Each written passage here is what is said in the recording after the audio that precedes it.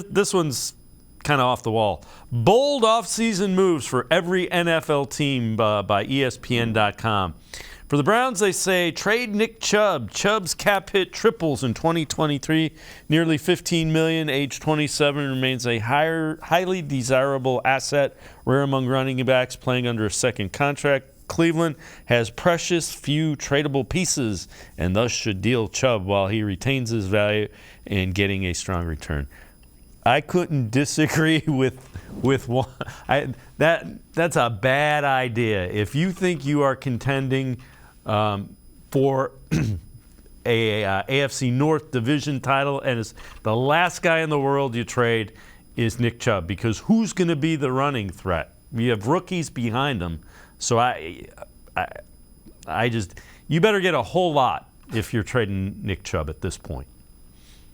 I agree. The only way you're doing it is if someone blows you away with a Godfather offer, the one you can't refuse. Something better than what the Panthers got from the 49ers for Christian McCaffrey. And I'm not trying to say Nick Chubb is definitely better than Christian McCaffrey. I would have those two guys very even, but you saw just the impact Christian McCaffrey had when he went to San Francisco, and I'm sure the 49ers don't regret that trade right now. But when it comes to Nick Chubb, yeah, obviously he's still playing at an extremely high level.